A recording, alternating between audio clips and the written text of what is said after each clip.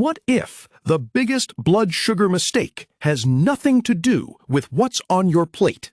What if it's about what you do in the 10 minutes right after you eat? Here's something that might surprise you. A study that tracked people with type 2 diabetes found that walking for just 10 minutes after each meal worked better than one 30-minute walk a day. Same amount of movement, very different results.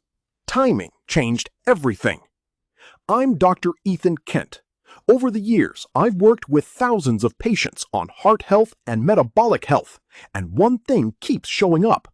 The small habits people skip are often more powerful than the big ones they stress over.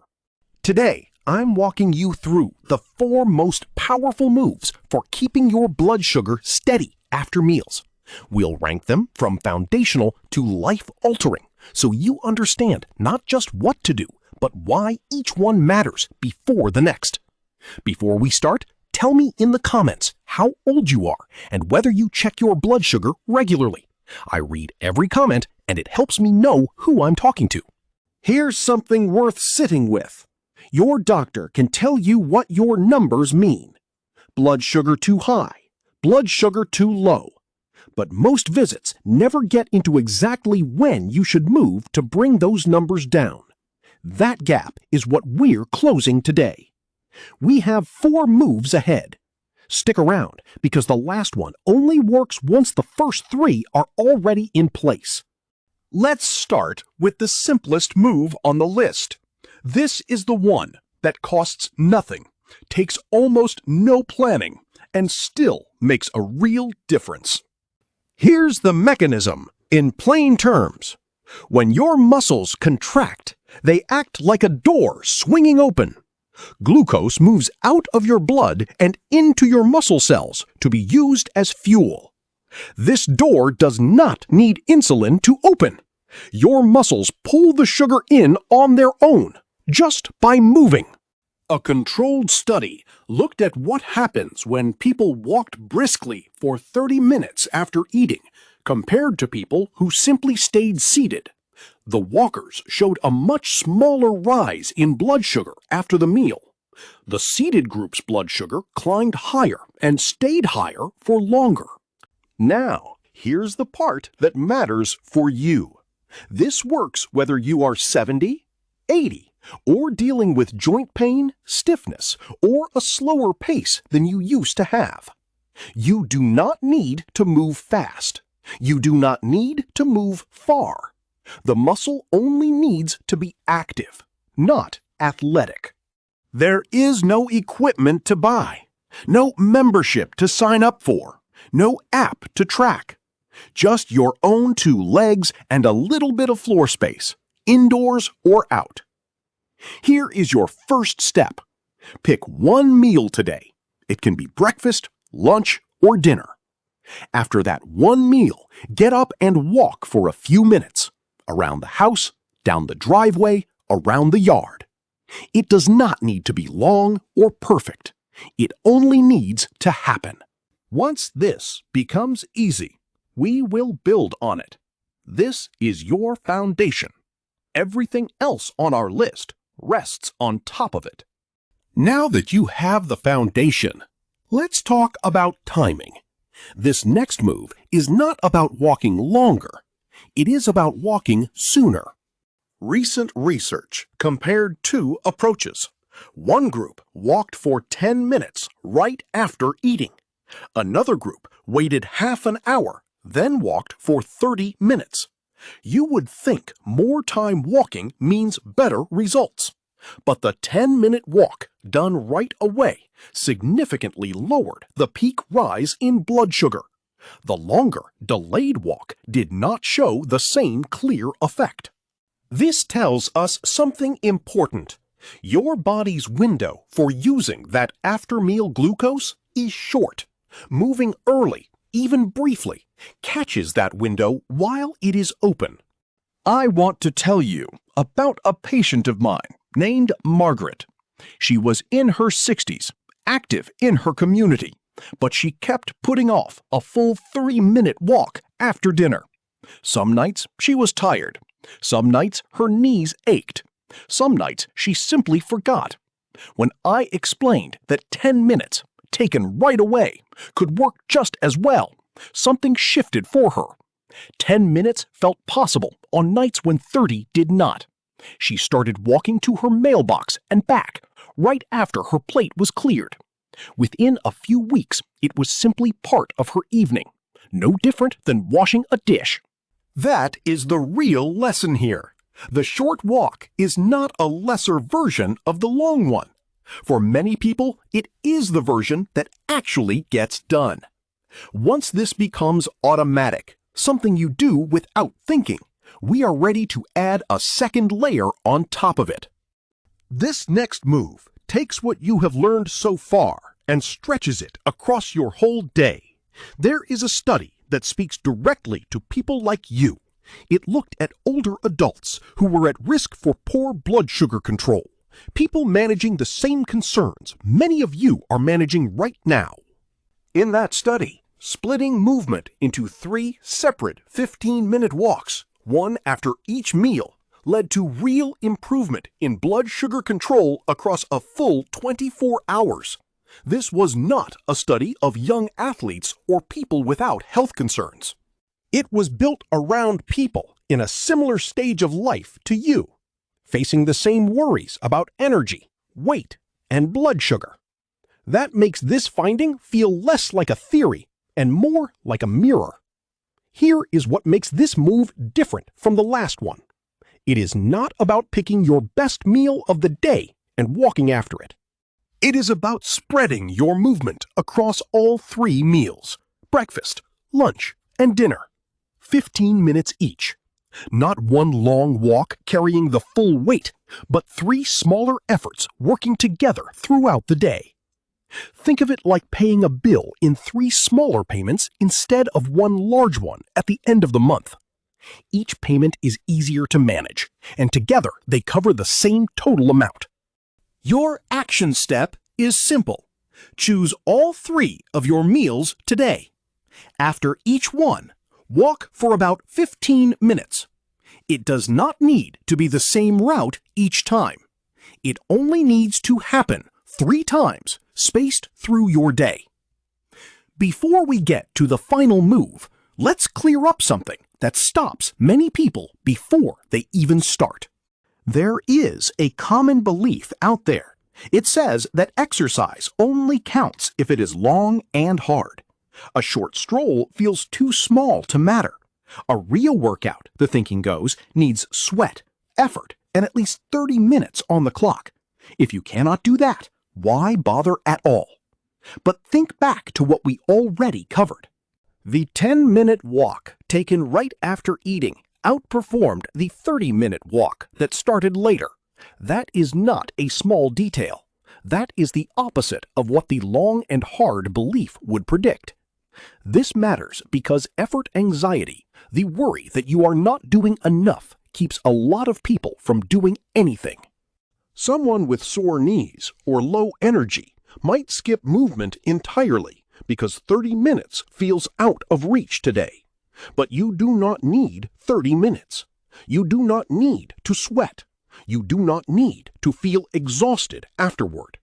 What you need is timing.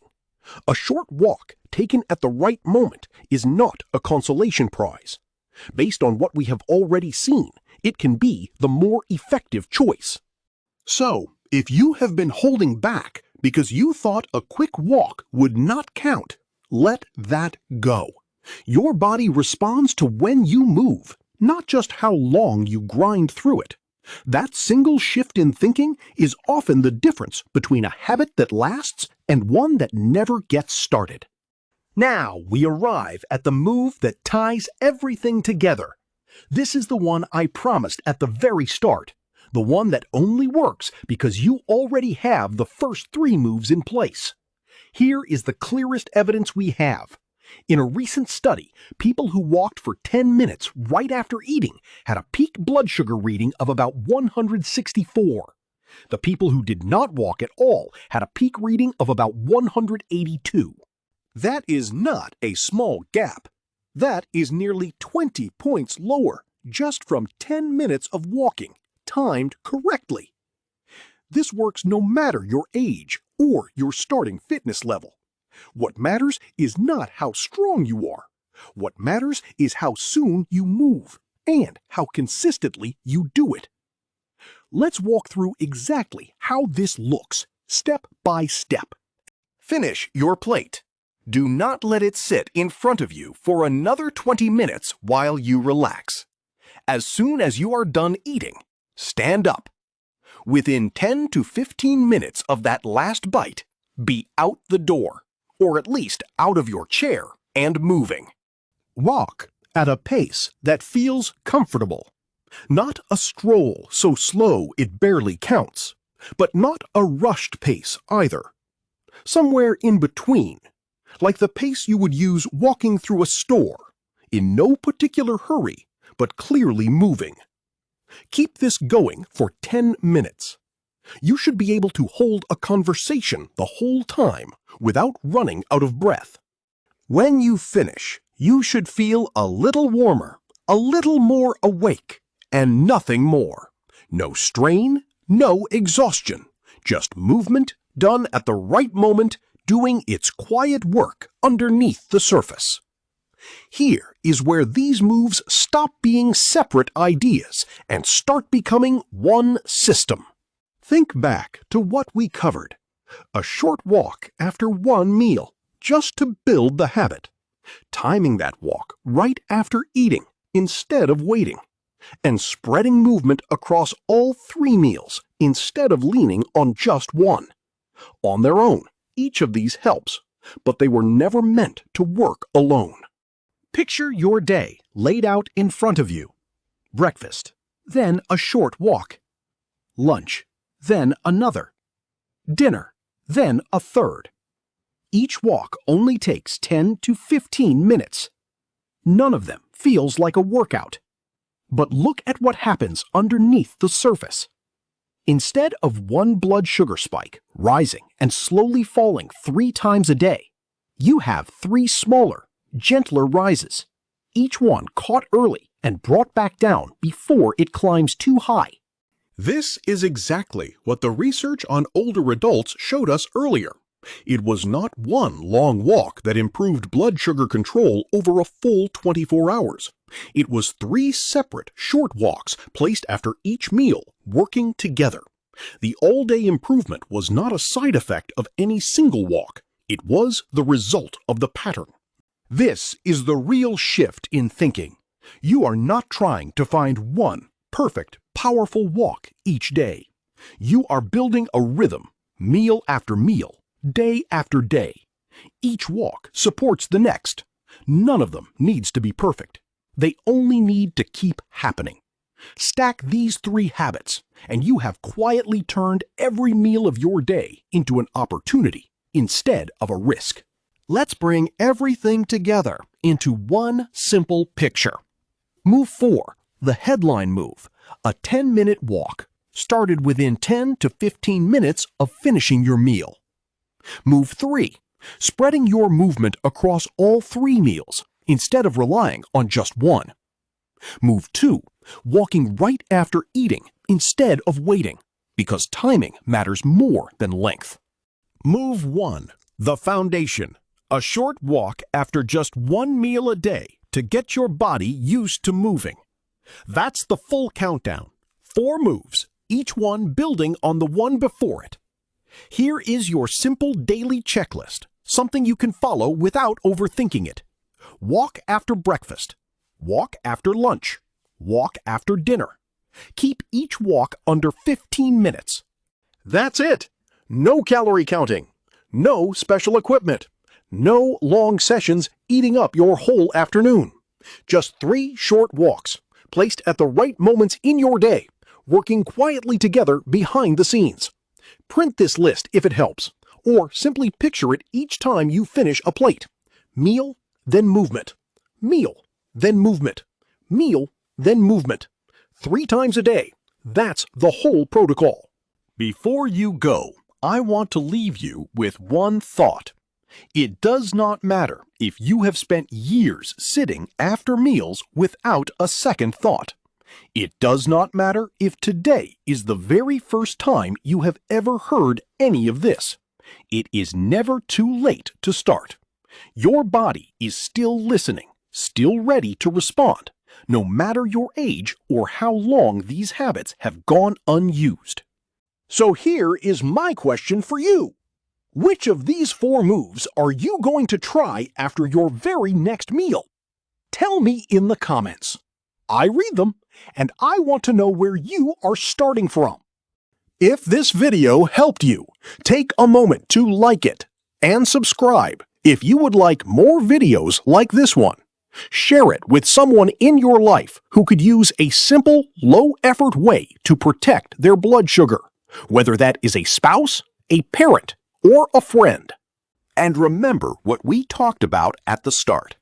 Your doctor can tell you what your numbers mean, but most appointments never have time to walk you through exactly when to move, meal by meal, day by day. That is the gap we just closed together. Keep today's checklist somewhere you will see it, on your fridge, by your kitchen table, wherever you will notice it after every meal. Small, consistent moments like this one are often the difference between numbers that drift upward and numbers that hold steady. I'll see you in the next one.